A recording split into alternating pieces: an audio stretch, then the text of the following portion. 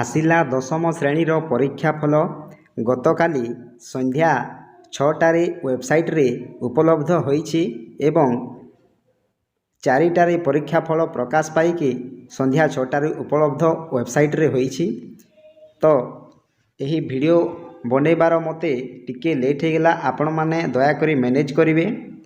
ଯଦି ଆପଣମାନଙ୍କର ପରୀକ୍ଷା ଫଳ ଚେକ୍ କରିବାକୁ ଚାହାନ୍ତି ନିଜ ମୋବାଇଲ ସାହାଯ୍ୟରେ କିମ୍ବା ଆପଣମାନଙ୍କର ଗ୍ରାମବାସୀର କିମ୍ବା ଆପଣମାନଙ୍କର ପଡ଼ା ସାହିର କୌଣସି ଛାତ୍ରଛାତ୍ରୀଙ୍କର ମୋବାଇଲରେ ଚେକ୍ କରିବାକୁ ଚାହାନ୍ତି, ତାହେଲେ ଆପଣମାନେ ଏହି ୱେବସାଇଟକୁ ଆସି ଆପଣମାନେ ରୋଲ୍ ନମ୍ବର ଦେଇକି ଆପଣମାନେ ଚେକ୍ କରିପାରିବେ ଏବଂ ଆପଣମାନେ ନିଜ ନାମ ବା ଯେକୌଣସି ଛାତ୍ରଛାତ୍ରୀଙ୍କର ନାମ ମଧ୍ୟ ସର୍ଚ୍ଚ କରିକି ଆପଣମାନେ ନିଜ ମୋବାଇଲ ସାହାଯ୍ୟରେ କେମିତି ଦେଖିପାରିବେ, ମୁଁ ଏହି ଭିଡ଼ିଓ ମାଧ୍ୟମରେ ସବୁକିଛି ଡିଟେଲ୍ସ ଆପଣମାନଙ୍କୁ କହିବି। ତା ପୂର୍ବରୁ ଆପଣମାନଙ୍କୁ ଗୋଟିଏ ଅନୁରୋଧ, ଭିଡ଼ିଓକୁ ଗୋଟିଏ ଆଜ୍ଞାମାନେ ଲାଇକ୍ କରନ୍ତୁ, ମୋ ଚ୍ୟାନେଲକୁ ପ୍ରଥମେ ଆସିଥିଲେ ଗୋଟିଏ ସବସ୍କ୍ରାଇବ୍ କରି ଅଲ୍ ନୋଟିଫିକେସନକୁ ଅନ୍ କରନ୍ତୁ, ଫଳରେ ଏହିପରି ହେଲ୍ପଫୁଲ୍ ନୂଆ ନୂଆ ଭିଡ଼ିଓ ଆପଣମାନଙ୍କ ଠାରେ ପ୍ରଥମେ ପହଞ୍ଚିବ। ତ ଡେରି ନକରି ଆସନ୍ତୁ ଦଶମ ଶ୍ରେଣୀର ପରୀକ୍ଷା ଫଳ ଜାଣିପାରିବା। ସର୍ବପ୍ରଥମେ ଆମେ ଯେକୌଣସି ଏକ ବ୍ରାଉଜରକୁ ଓପନ୍ କରି ସେହି ସର୍ଚ୍ଚ ବାରରେ ସର୍ଚ୍ଚ କରିବା ଇଣ୍ଡିଆ ରେଜଲ୍ଟ ଓଡ଼ିଶା। ଏହିପରି ଆପଣମାନେ ସର୍ଚ୍ଚ କରନ୍ତୁ। ମୁଁ ଯେମିତି ଏହି ଗୁଗଲ ସର୍ଚ୍ଚ ବାରରେ ଲେଖିଛି ସେମିତି ଆପଣମାନେ ସର୍ଚ୍ଚ କରନ୍ତୁ, ନହେଲେ ଆପଣମାନେ ଦେଖିପାରିବେ ନାହିଁ। ତ ଦେଖନ୍ତୁ ଏହି ରେଜଲ୍ଟର ପ୍ରଥମ ୱେବସାଇଟଟି ଆପଣମାନଙ୍କୁ ଶୋ କରୁଥିବ ଲେଫ୍ଟ ସାଇଡ଼ରେ। ଆପଣମାନେ ଏହି ଓଡ଼ିଶା ଉପରେ କ୍ଲିକ୍ କରିବେ।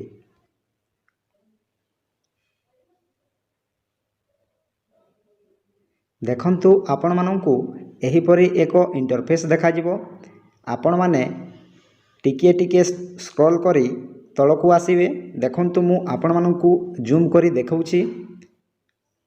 ତ ଦେଖନ୍ତୁ ଏଠାରେ ଲେଖା ହୋଇଛି board of secondary education Odisha. ତ ଏଠାରେ ଆପଣମାନେ କ୍ଲିକ୍ କରିବେ। ତ ଦେଖନ୍ତୁ ଏହିପରି ଇଣ୍ଟରଫେସ୍ ଆସିବ, ଏକ ପପଅପ୍ ଆସିବ, ସେହି ପପଅପ୍କୁ ଆପଣମାନେ କାଟିଦେବେ। ତ ଦେଖନ୍ତୁ ଆପଣମାନଙ୍କୁ ଏହିପରି ଇଣ୍ଟରଫେସ୍ ଦେଖାଯିବ। ମୁଁ ଆପଣମାନଙ୍କୁ ଜୁମ୍ କରି ଦେଖାଉଛି। ତ ପ୍ରଥମେ ଲେଖା ହେଇଛି ଏଠାରେ annual HSC results 2025 now available. ଆପଣମାନେ ଏଆରି ଉପରେ କ୍ଲିକ୍ କରିବେ। ଦେଖନ୍ତୁ ଏପରି ଇଣ୍ଟରଫେସ୍ ଆପଣମାନଙ୍କୁ ଦେଖାଯିବ। ତ ଏପରି ଇଣ୍ଟରଫେସ୍ ଆପଣମାନେ ଡାଇରେକ୍ଟଲି ପାଇବାକୁ ହେଲେ ଭିଡ଼ିଓ ଡେସ୍କ୍ରିପସନରେ ଆପଣମାନଙ୍କୁ ଏକ ଲିଙ୍କ ଦେଇଦେଇଛି। ସେହି ଲିଙ୍କକୁ କ୍ଲିକ୍ କଲେ ଆପଣମାନେ ଡାଇରେକ୍ଟଲି ଏହି ପେଜକୁ ଆସିପାରିବେ। ତ ଏଠାରେ ଆପଣମାନେ ରୋଲ୍ ନମ୍ବର ଦେଇକି ମଧ୍ୟ ଚେକ୍ କରିପାରିବେ ଏବଂ ଆପଣମାନେ ନାଁ ଦେଇକି ମଧ୍ୟ ଚେକ୍ କରିପାରିବେ। ତ ଆପଣମାନେ ଫାଷ୍ଟ ରୋଲ୍ ନମ୍ବର ଦେଇକି ପ୍ରଥମେ ଚେକ୍ କରି ନିଅନ୍ତୁ। ଆପଣମାନଙ୍କର ଯେଉଁ ଛାତ୍ରଛାତ୍ରୀର ରେଜଲ୍ଟ ଦେଖିବାକୁ ଚାହୁଁଛନ୍ତି, ଆପଣମାନେ ସେହି ରୋଲ୍ ନମ୍ବରକୁ ଏଠାରେ ଏଣ୍ଟ୍ରି କରନ୍ତୁ। ତାପରେ ଦେଖନ୍ତୁ ରାଇଟ୍ ସାଇଡ଼ରେ ଗୋ ଅପସନ୍ ବୋଲି ଲେଖା ହେଇଛି, ସେହି ଗୋ ଅପସନରେ ଆପଣମାନେ କ୍ଲିକ୍ କରିବେ। ଦେଖନ୍ତୁ ଆପଣମାନଙ୍କୁ ସବୁ କିଛି ଡିଟେଲ୍ସ ଆପଣମାନଙ୍କର ଆସିଯାଇଛି। ମୁଁ ଜୁମ୍ କରି ଆପଣମାନଙ୍କୁ ଦେଖାଉଛି। ତ ପ୍ରଥମେ ଅଛି father's name, mother's name, date of birth, name of the school. ସମସ୍ତ ଏଠାରେ ମା ବାପାଙ୍କର ନାମ ଆସିଯାଇଛି। ତାପରେ ଛାତ୍ରଛାତ୍ରୀମାନଙ୍କର ଯେଉଁମାନେ ଏକ୍ଜାମ୍ ଦେଇଛନ୍ତି ତାଙ୍କର ସବୁକିଛି ଡିଟେଲ୍ସ ଆସିଯାଇଛି। ତ କେତେ ମାର୍କ ମଧ୍ୟ ରଖିଛନ୍ତି ତାହା ମଧ୍ୟ ଏଠାରେ ଶୋ କରୁଛି। ଆପଣମାନଙ୍କର କେଉଁ ଗ୍ରେଡ଼୍ ପାଇଛନ୍ତି ତାହା ମଧ୍ୟ ଶୋ କରୁଛି ଏବଂ ଟୋଟାଲ୍ ମାର୍କ କେତେ ଅଛି ଆପଣମାନଙ୍କର ତାହା ମଧ୍ୟ ସବୁକିଛି ଶୋ କରୁଛି। ତ ଆପଣମାନେ ଏଠାରେ ପ୍ରିଣ୍ଟ ଆଉଟ୍ କରିପାରିବେ। ଯଦି କମ୍ପ୍ୟୁଟରରେ ଆପଣମାନେ ଦେଖୁଛନ୍ତି ତାହେଲେ ପ୍ରିଣ୍ଟ ଆଉଟ୍ କରିପାରିବେ କିମ୍ବା ଲ୍ୟାପଟପ୍ ସାହାଯ୍ୟରେ ଆପଣମାନେ ଦେଖୁଛନ୍ତି ପ୍ରିଣ୍ଟ ଆଉଟ୍ କରିପାରିବେ। ତାପରେ ଆପଣମାନଙ୍କୁ ମୁଁ ବତେଇବି ନା ସାର୍ଚ୍ଚ କରି କେମିତି ଆପଣମାନେ ନିଜ ପଡ଼ାର, ନିଜ ସାହିର, ନିଜ ଗ୍ରାମବାସୀର କିମ୍ବା ଅନ୍ୟ ଡିଷ୍ଟ୍ରିକ୍ଟର ଆପଣମାନେ ଚେକ୍ କରିପାରିବେ। ଦେଖନ୍ତୁ ଏଠାରେ ଏଣ୍ଟର ନେମ୍ ଲେଖା ହେଇଛି। ଆପଣମାନେ ଏକ ନାମକୁ ଏଠାରେ ସାର୍ଚ୍ଚ କରିପାରିବେ। ତ ଦେଖନ୍ତୁ ମୁଁ ଯେକୌଣସି ଏକ ନାମ ଦେଉଛି। ତାପରେ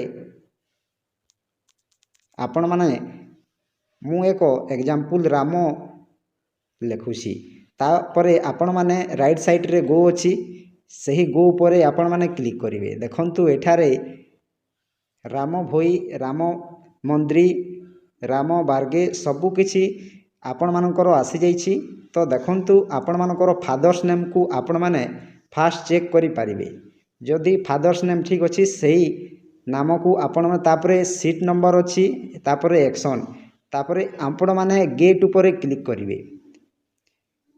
ତ ଆପଣମାନଙ୍କର ସବୁକିଛି ରେଜଲ୍ଟସ୍ ଆସିଯିବ। ଏହିପରି କେତେ ମାର୍କ ରଖିଛନ୍ତି, କେଉଁ ଗ୍ରେଡ଼୍ ପାଇଛନ୍ତି, ସବୁକିଛି ଡିଟେଲ୍ସ ଆପଣମାନଙ୍କର ଆସିଯିବ। ଆପଣମାନେ ମଧ୍ୟ ଏଠାରେ ପ୍ରିଣ୍ଟ ଆଉଟ୍ କରିପାରିବେ। ତ ଆପଣମାନେ ଜାଣିପାରିଲେ 10ମ ଶ୍ରେଣୀର ଫଳାଫଳ କେମିତି ନିଜ ମୋବାଇଲ ସାହାଯ୍ୟରେ ଦେଖିପାରିବେ। ଭିଡ଼ିଓଟି ଯଦି ଭଲ ଲାଗିଥାଏ ଗୋଟିଏ ଲାଇକ୍ କରନ୍ତୁ।